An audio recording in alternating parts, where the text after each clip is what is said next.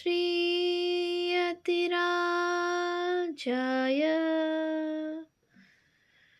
বিবেকানন্দসূরয়ে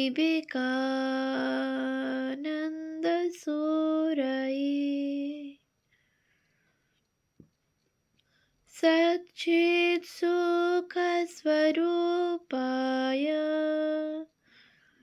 স্বামিনে তাপহারিণে।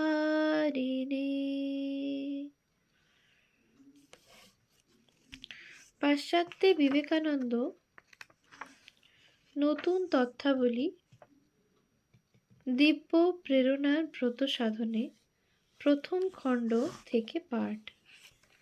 পূজনীয়া Mary Louise Burke মহাশয়ার রচনা, ভাষান্তর শ্রী নলিনীরঞ্জন চট্টোপাধ্যায় মহাশয়। পৃষ্ঠা সংখ্যা 210। মধ্য পশ্চিমাঞ্চল পরিভ্রমণ।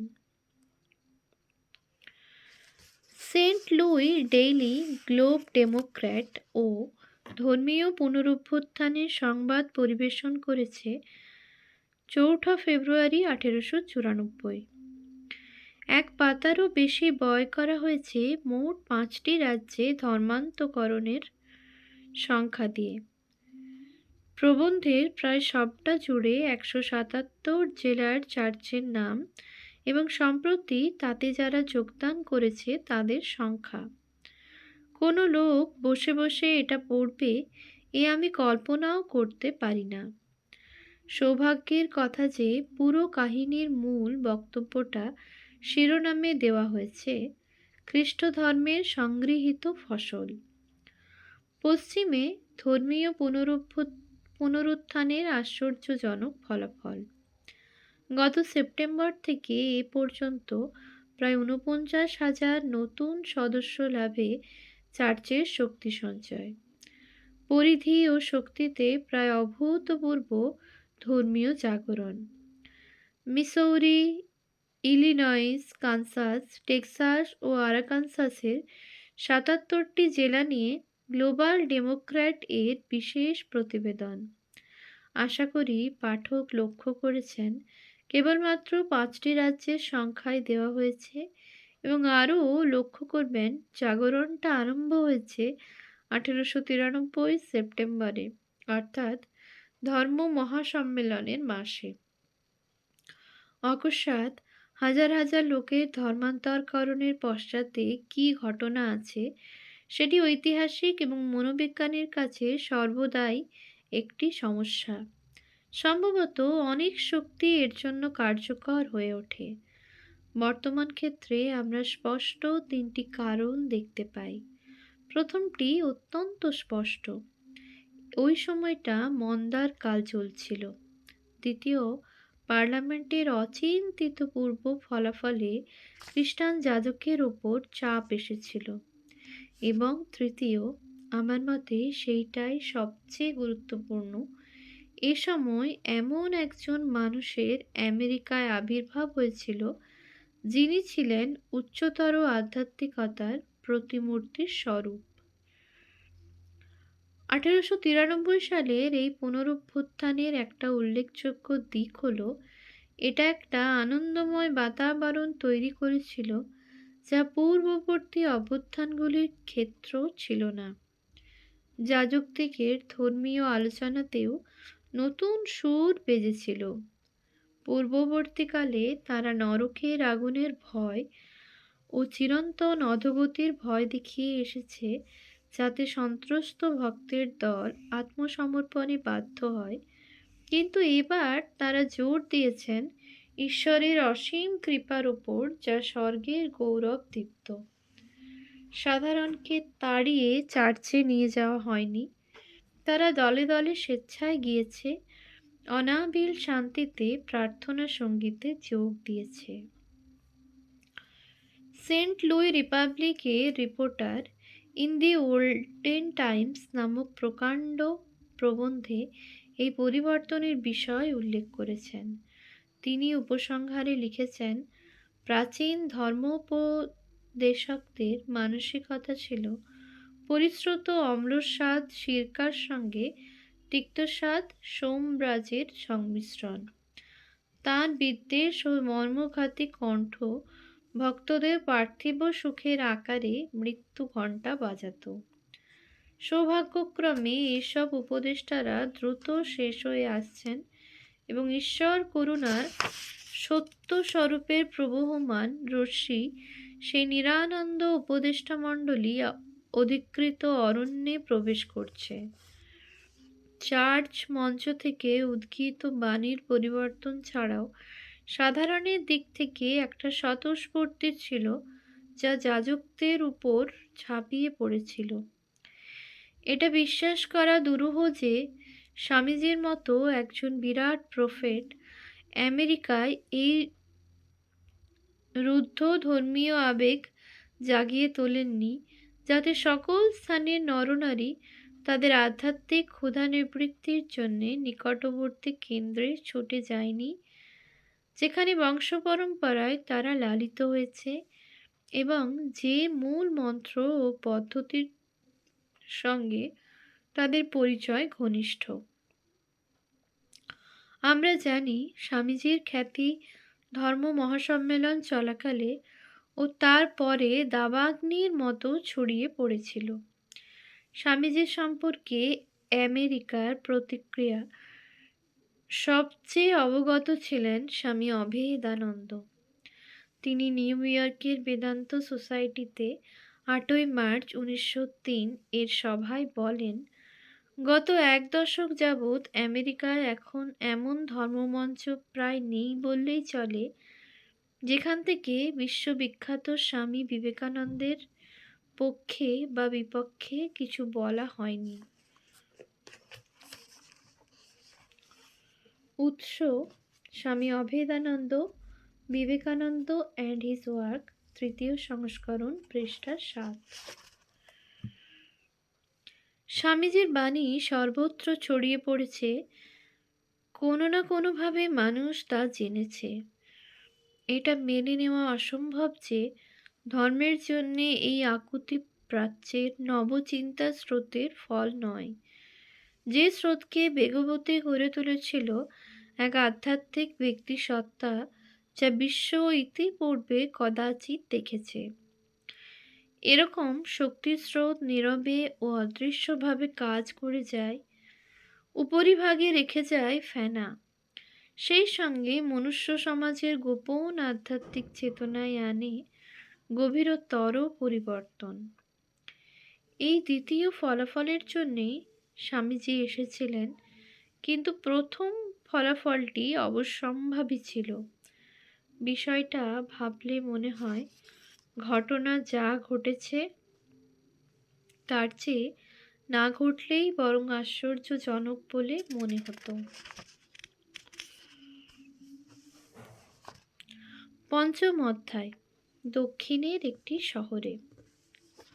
শনিবার 13ই জানুয়ারি 1894 19th সেঞ্চুরি ক্লাবের আমন্ত্রণে স্বামীজি মেমফিস পৌঁছন। ক্লাবের সদস্যদের কেউ কেউ ধর্ম মহাসম্মেলনে যোগদান করে হিন্দু সন্ন্যাসীর বক্তৃতায় অভিভূত হয়েছিলেন। যতদূর জানা গেছে তাতে মনে হয় স্বামীজি লেকচার ব্যুরোর ব্যবস্থার বাইরে স্বাধীনভাবে কিছু বক্তৃতা দিয়েছিলেন, যেগুলির ব্যবস্থা হয়েছিল সরাসরি ক্লাব বা ব্যক্তির সঙ্গে। উদাহরণস্বরূপ বলা যায়, মিনিয়াপোলিসে পেরিপেটেটিক ক্লাব তাকে বক্তৃতার জন্য আমন্ত্রণ জানিয়েছিল। ডাক্তার এইচ ও ব্রিডেন তার ডেসমোইন্সে বক্তৃতার ব্যবস্থা করেছিলেন। 19th সেঞ্চুরি ক্লাব তাকে এনেছিল মেমফিসে। পরের অধ্যায়ে দেখতে পাব ইউনিটি ক্লাবের উদ্যোগে তার ডেট্রয়েটে প্রথম বক্তৃতার ব্যবস্থা। কিন্তু তিনি যদি নভেম্বরে লেকচার ব্যুরোর চুক্তিপত্রে সই করে থাকেন, তাহলে পরবর্তী সব লেকচারের ব্যবস্থা ব্যুরোর করুন বা তিনি নিজেই করুন, টিকিট বিক্রয়লব্ধ অর্থের এক বড় অংশ পেয়েছে লেকচার ব্যুরো। মেমফিসে স্বামীজি শ্রী হু এন ব্রিঙ্কলের অতিথি হয়েছিলেন। সাধারণের কাছে মিস মুনস এস্টাবলিশমেন্ট বা লা স্যালেট একাডেমি নামে পরিচিত বাড়িতে শ্রী ব্রিঙ্কলে থাকতেন। লা স্যালেট একাডেমি নামটাই শুধু চালু ছিল, বস্তুত প্রতিষ্ঠানটি বন্ধ হয়ে গিয়েছিল 1891 খ্রিস্টাব্দে। কুমারী ভার্জিনিয়া মুন, যাকে সকলে আদর করে কুমারী জিন্নি বলতো, একাডেমির বাড়িটিতে একটা বোর্ডিং হাউস করেছিলেন 6 বা 7 জনের অকৃতদার ভদ্রলোকের জন্য। স্বামীজির সফরকালে কুমারী মুনের বয়স 50-এর মতো। মেমফিসে তার অসাধারণ ব্যক্তিত্বের খ্যাতি ছিল। তিনি স্বামীজিকে তার স্বাধীন চিত্তবৃত্তির দ্বারা অবশ্যই খুশি করতে পেরেছিলেন। পুরুষদের প্রয়োজন তার কাছে কিছুই ছিল না এবং তিনি তাঁর সুদৃশ্য কুঁচি দেওয়া ছাতার সঙ্গে একটা মুক্তোর হাতলোলা রিভলভার নিয়ে বেড়াতেন। কিন্তু কুমারী গিন্নির অন্তরটি ছিল স্বর্ণমণ্ডিত।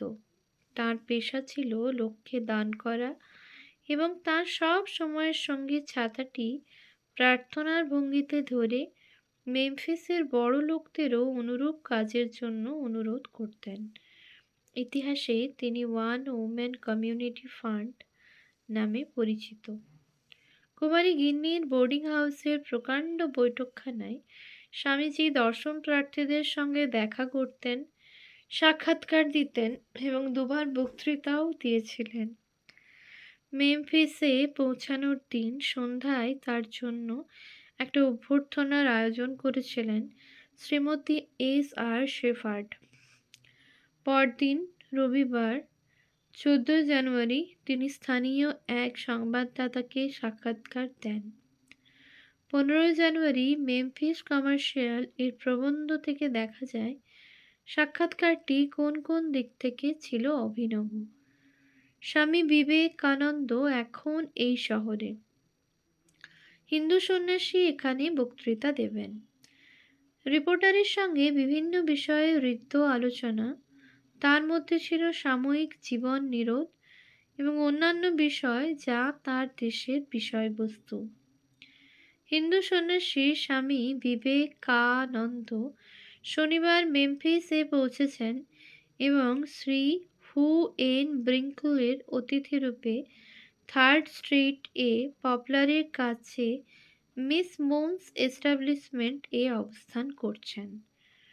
আজ বিকাল 3টায় তিনি 19th সেঞ্চুরি ক্লাবের সদস্যদের কাছে এবং আগামীকাল রাতে অডিটোরিয়ামে বক্তৃতা দেবেন। মেমফিসে এ যাবৎ যেসব সফরকারী এসেছেন তাদের মধ্যে কোনো কোনো দিক থেকে বিবেকানন্দ সবচেয়ে আকর্ষণীয় ব্যক্তি। নিজে ব্রাহ্মণ হয়েও সেই শ্রেণীর সম্মান বিসর্জন দিয়ে হিন্দু সাধু সম্প্রদায়ভুক্ত অর্থাৎ সন্ন্যাসী হয়েছেন। অন্ততপক্ষে আমেরিকানদের কাছে যারা বিশ্ব মেলা উপলক্ষে আয়োজিত বিশ্ব ধর্ম মহাসম্মেলনে যোগ দিয়েছিল তাদের মধ্যে ইনি সবচেয়ে আকর্ষণীয় ব্যক্তিত্ব। ইনি বহু দূরবর্তী কোনো স্থানে ধর্মের প্রতিনিধি হয়ে এসেছিলেন বলেই শুধু নয়, মহান ধর্ম মহাসম্মেলনে ইনি যে চমৎকার বক্তৃতা দিয়েছিলেন তার জন্যই এর আকর্ষণ। গতকাল সন্ধ্যায় স্বামী বিবেকানন্দ কর্নেল আর বি স্নোডনের ইয়েন্নেসারডেলের বাড়িতে নৈশাহারে উপস্থিত ছিলেন। সেখানে তাঁর সঙ্গে বিশপ টমাস এফ গেলার এর সাক্ষাৎ হয়েছে। সেখান থেকে ফেরার অল্পক্ষণের মধ্যেই কমার্শিয়ালের রিপোর্টার কুমারী মুনের বাড়িতে তার সঙ্গে দেখা করলে তিনি জেনারেল R.F. প্যাটারসনের ঘরে তাঁকে সাক্ষাৎ দেন। সেখানেই তখন তিনি বসেছিলেন। বিবেকানন্দের ব্যক্তিত্ব অত্যন্ত আকর্ষণীয়। তার রং কালো হলেও বুদ্ধিদীপ্ত ললাট, সুন্দর আয়ত চক্ষু, কৃষ্ণকেশ, স্বচ্ছন্দ ভদ্র আচরণ এবং সুঠাম গঠন ও চালচলন তাকে সুদর্শন করে তুলেছে।